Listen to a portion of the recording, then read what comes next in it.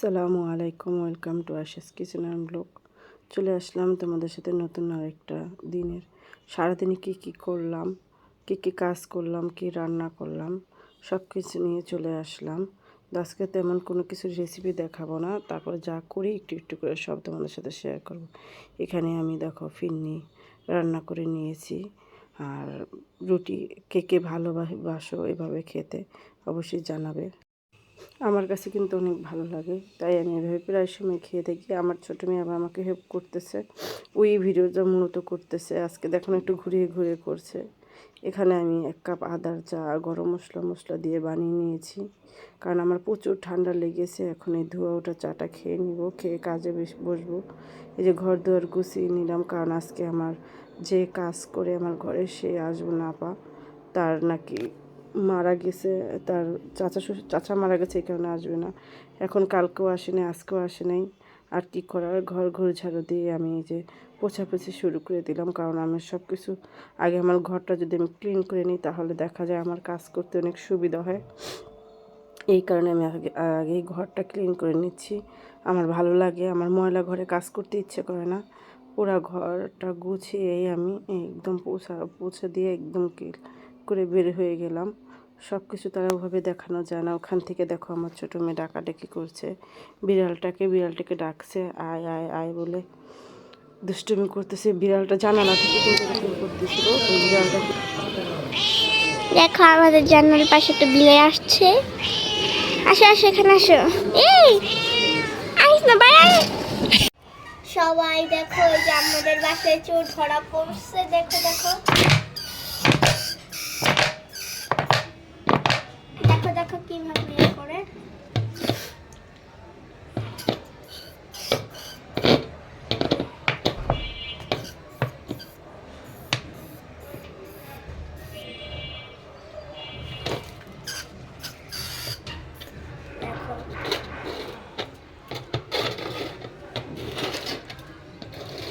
দেখো দেখো কি করে দেখো।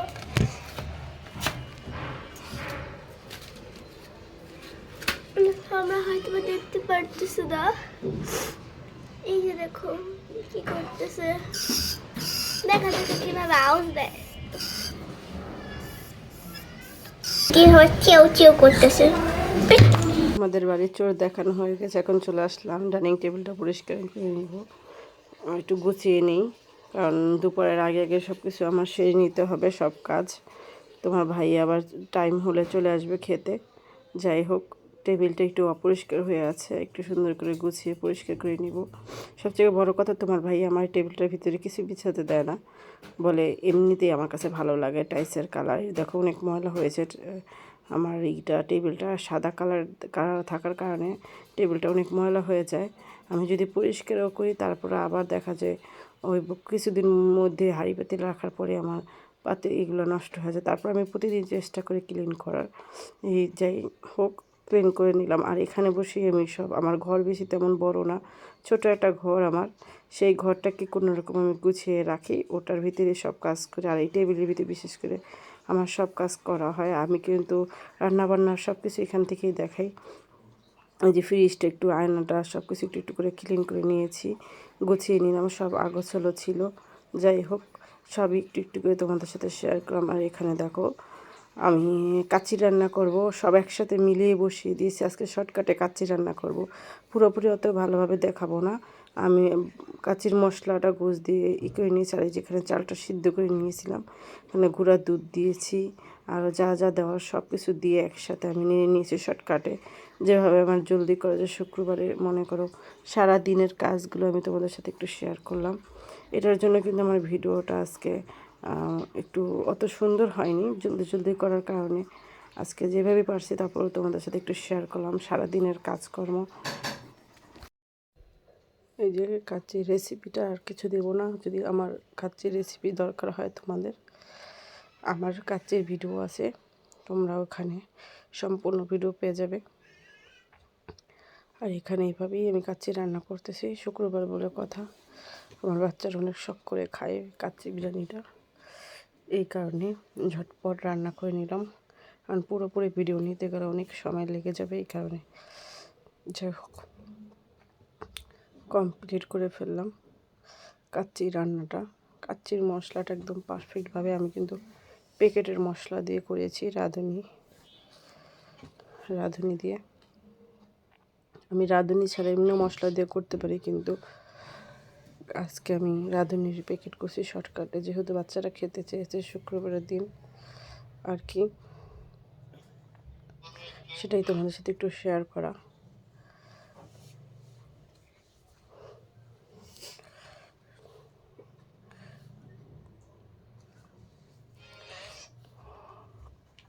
আলুগুলো ভেজে নিয়েছিলাম একটু, তেল যেটুকু ছিল কড়াইয়ের ভিতরে ভাজা তেলটা দিয়ে দিলাম। আমি 2 লেয়ারে কিন্তু চালটা দিয়েছি, একবার চাল দেওয়ার পরে তারপর গোশ দিয়েছি, আবার চাল দিয়েছে, তারপর আবার গোশ দিয়েছে, তারপর চাল দিয়েছি, এভাবে করে দিয়ে দিলাম কাচ্চিটা। যাই হোক, আমার সম্পূর্ণ কমপ্লিট হয়ে গেছে। এখন আমি সব কিছু গুছিয়ে চলে যাব। আমি চুলায় এটা দমে দিয়ে দিব আধা ঘন্টা 1 ঘন্টার জন্য, কারণ আমি স্বাভাবিক যেভাবে দমে দেয় আমি ওইভাবে দিই না, আমি একটু অন্যরকম করে দমে দিই, সেটাই তোমাদের সাথে শেয়ার করব। কারণ অনেকে আটা দিয়ে তারপর একবার মুখটা আটকিয়ে নেয়, আমি আটকাই না, কারণ আমার কাছে ওভাবে ভালো লাগে না, দেখা যায় ঝামেলাও মনে হয়, আটাও নষ্ট হয়। এটার জন্য আমি এইভাবে করে একদম সুন্দর করে আমি চুলায় বসিয়ে দিই। একটু জর্দার রঙ গলিয়ে নিয়েছিলাম, সেটা দিয়ে দিলাম, একদম এখন রেডি। এই যে চুলার দমে দিয়ে দিলাম, ঢেকে দিব 1 ঘন্টা বা আধা ঘন্টার জন্য অল্প আঁচে রেখে দিয়েছিলাম। এই যে আমি পুতা দিয়ে দিয়েছিলাম উপর থেকে। আমার কাচ্চিটা কিন্তু একদম হয়ে গেছে, দেখো একদম রেডি কাচ্চি আমার। অনেক সুন্দর হয়েছিল চালটা, আর খেতেও কিন্তু দারুণ হয়েছে। আমার বাচ্চারা খেতে অনেক পছন্দ করেছে। তোমার ভাইয়া বলতেছে খেয়ে যে কাচ্চি বিরিয়ানিটা পুরো বাইরের মতন হয়েছে, তোমাকে দিয়ে একটা দোকান দিতে হবে, তুমি যেই মজা করে কাচ্চি রান্না করো হোটেলের চেয়ে তো বেশি মজা হয় তোমার কাচ্চি। যাই হোক, কাচ্চি রান্না কমপ্লিট, একটু তোমাদের সাথে একটু শেয়ার করে নিলাম। পুরা কাচ্চিটা একটা প্লেটে সাজিয়ে তোমাদের সাথে একটু শেয়ার করলাম। দারুণ হয়েছে, খেতে অনেক মজাদার। তোমরা চাইলে ঝটপট কাচ্চি বিরিয়ানিভাবে রান্না করে নিতে পারো, কারণ সব সময় হয়ে ওঠে না সব কিছু গুছিয়ে দেখানো। সব কিছু গুছিয়ে দেখাতে গেলেও কিন্তু অনেক কষ্ট লাগে, তাই আর কি। আর আরেকটা জিনিস সন্ধ্যায় বানিয়েছিলাম, বাচ্চারা খাবে, আমার বাচ্চারা এই পিঠাটা, একটু ঝাল পিঠাটা অনেক শখ করে খায়, ঝাল পিঠার মতনই এটা, কিন্তু আমি এটা কাই দিয়ে খুলে নিয়েছিলাম। আলুর ভর্তা আর আটা না সরি ময়দা, এইভাবে করে নিয়েছি, সম্পূর্ণ এগুলো বানিয়ে নিয়েছি। একটু লবণ দিয়েছি শুধু পরিমাণ মতন, আর কিছু না।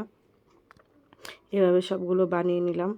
এখন আমি পানি চুলায় দিয়ে দিয়েছি, স্ট্যান্ডার দিয়ে দিলাম, কারণ আমার কাছে জালিটা ছিল না, এটার জন্য এটা আছে, এটা দিয়ে দিলাম। একটা হালকা তেল বিরাস করে দিলাম।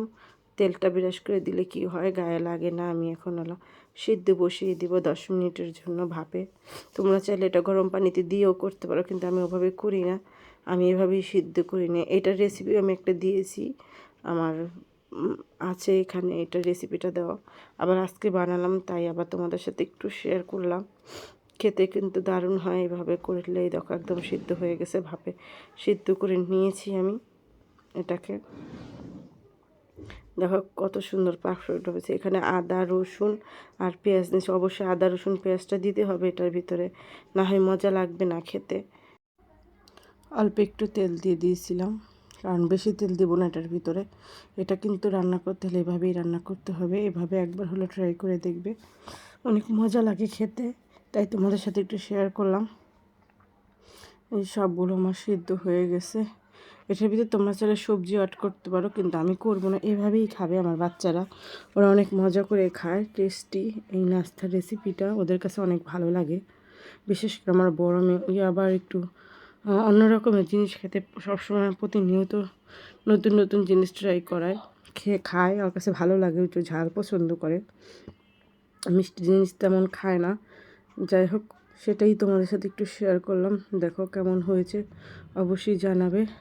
আর এখানে একটা সস বানিয়ে নিয়েছে, এখানে তেঁতুলের সস ছিল, টমেটো সস ছিল, সয়া সস ছিল, মরিচের গুঁড়াও একটু চিনি ছিল, সাথে একটু ছিল লবণ ছিল, মিলে এই সসটা রেডি করে নিয়েছি। এই সসটা ছাড়া কিন্তু এই লুডুসটা মজাই লাগবে না। আর চাইলে তোমরা ম্যাজিক মশলাও দিতে পারো টেস্টের জন্য, চাইলে ওটাও মিক্স করে দিয়ে দিতে পারো।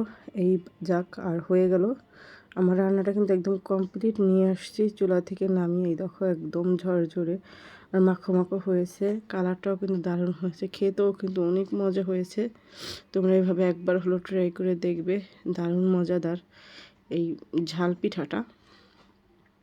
সবাই ভালো থাকবে, সুস্থ থাকবে। আর আমার আজকের ভিডিওগুলো কীরকম হয়েছে অবশ্যই তোমরা কমেন্টের মাধ্যমে জানাবে, তোমাদের মূল্যবান মতামতটি দিবে, তাহলে আমি অনেক উৎসাহিত হই তোমাদের সাথে নতুন নতুন ভিডিও বানানোর।